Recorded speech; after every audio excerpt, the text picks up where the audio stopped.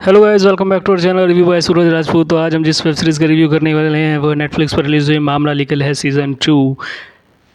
Main lead में बात करेंगे तो सिर्फ रवि किशन इसके अंदर मेन लीड के अंदर दिखाए गए हैं। और इसके अंदर काफ़ी सारे को एक्टर्स हैं जिसके अंदर जिस तरह मिंटू सिंह है, कैरेक्टर के नाम लेता हूँ, मिंटू सिंह, सुजीता, विश्वास और एक दो कैरेक्टर और हैं जो आपको पूरी फिल्म के अंदर दिखाए जाते हैं वेब सीरीज़ के अंदर। पूरी वेब सीरीज़ की अगर बात करें तो 4 घंटे 50 मिनट के आसपास की वेब सीरीज़ की टाइमिंग की बात करें तो इसके अंदर 4 घंटे 50 मिनट की है। बिंज वॉच कर सकते हो आप, 4 घंटे 50 मिनट बैठो और फिर पूरी वेब सीरीज़ को देख लो। बिल्कुल भी वल्गैरिटी नहीं है, कोई भी गंदा वर्ड नहीं है जो आप फैमिली के साथ नहीं, इवन छोटे से छोटा वर्ड भी नहीं यूज़ किया गया कि आप फैमिली के साथ ऑकवर्ड हो जाए बोलते वक्त। देखते तो कोई सीन नहीं है, वल्गैरिटी बिल्कुल नहीं है, कुछ भी नहीं है जो आप फैमिली के साथ में। फुल फैमिली शो है जिसके अंदर एक एक एपिसोड बेहतर तरीके से लिखा गया, उसे परफॉर्म किया गया है। सारे आर्टिस्ट A1 कैरेक्टर, जितने भी कैरेक्टर आर्टिस्ट हैं उन्होंने कमाल का काम किया है।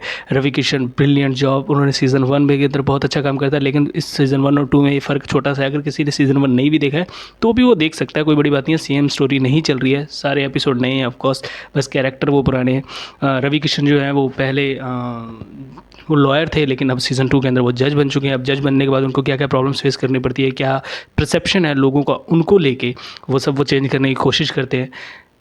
इस सीज़न के अंदर जो है एक नया कैरेक्टर इंट्रोड्यूस हुआ है, वो है निरहुआ।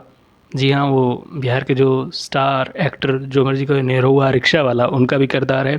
जो पहला एपिसोड फुल्ली डेडिकेटेड है उन्हीं के ऊपर है कि भाई उनको कोई डीओ वगैरह लगा लेते हैं, उसकी वजह से उनको कोई सीन अंडर आर्म्स उनके ख़राब हो जाते हैं जिसके लिए वो केस वगैरह कर देते हैं।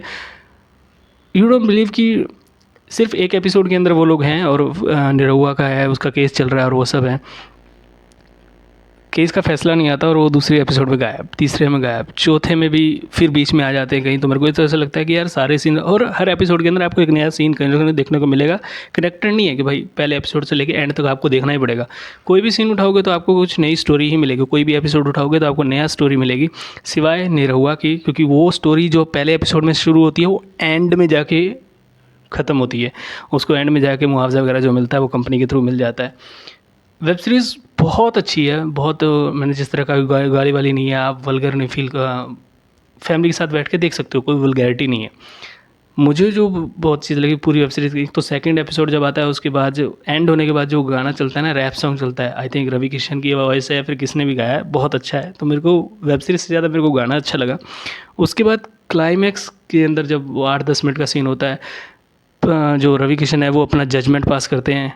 पहला ही होता है और वो शायद उनका आखिरी होता है, क्योंकि वो किसी को सज़ा दे देते हैं और वही फांसी की सज़ा देते हैं किसी 24 साल के लड़के को। तो यार मतलब यू डोंट बिलीव कि मेरे को पूरी वेब सीरीज़ के अंदर सारे एपिसोड देखने के बाद अगर कोई ऐसा मोमेंट निकालूँ कि बहुत ज़्यादा बेहतर मोमेंट है तो वो वाला सीन था जब वो उसको सज़ा दे देते हैं 24 साल के लड़के को। बहुत अंदर से गिल्टी फील हो रही होती है कि यार नहीं करना चाहिए था, या शायद उसे कम सज़ा दे के छोड़ा जा सकता। मतलब वो काफ़ी ज़्यादा गिल्टी फील कर रहे थे कि यार मतलब शायद उसे सज़ा दे देते 5 साल 10 साल 15 साल जो भी होता, लेकिन उसे फांसी नहीं देते तो चलता। लेकिन अपने जो उनके को बेंचर्स को जजेस थे, उनके सीनियर, उनसे एडवाइस ली, इधर उधर की फ़ाइल चेक की, तो उन्होंने अपने फादर से बात की, तब जाके उन्होंने उसे लाइफ वो दे दिया, फांसी की सज़ा दे दी।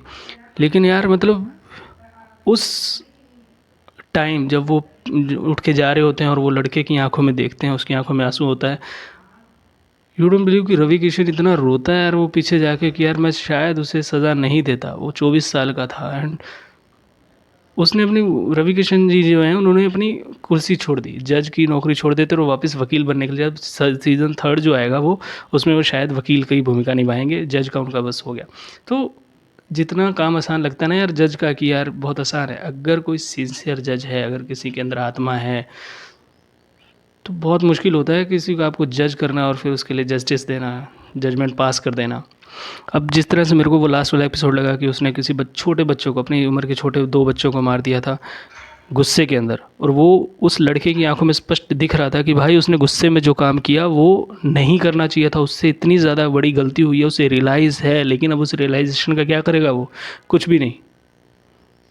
इज़ फिनिश, उसे फांसी हो चुकी, नहीं छोड़ने वाला जज। तो मॉरल ऑफ द स्टोरी मतलब लास्ट भले ही पूरे एपिसोड आप कॉमेडी के अंदर निकाल दो, ठीक है यार, सुजाता और वो मिंटू का उनका अपना आशिकी वाला सीन चल रहा है, उनके लिए अपने एक केस हैं, क्योंकि वो पहले वो रवि किशन के साथ ही काम करते थे, त्यागी का कैरेक्टर रवि किशन ने किया है तो उनके साथ काम करते थे, लेकिन अब वो जज बन गए तो उन्होंने अपना जो ऑफिस है वो इन दोनों में बांट दिया है, तो ये लोग क्लाइंट लेके आ रहे हैं, आपस में लड़ रहे हैं, तो ये सब निकल सकता है। लेकिन जो क्लाइमेक्स वाला एपिसोड है वो ज़्यादा इम्पैक्टफुल है, आपको ये एहसास दिलाता है कि यार आपका 2 मिनट का गुस्सा आपसे क्या कुछ करवा सकता है, आपकी पूरी लाइफ ख़राब कर सकता है। अब उस 24 साल के लड़के को रवि किशन ने सज़ा सुनाई, शायद वो उस दिन गुस्सा नहीं करता तो वो जेल में नहीं होता और वो बच्चे नहीं मरते।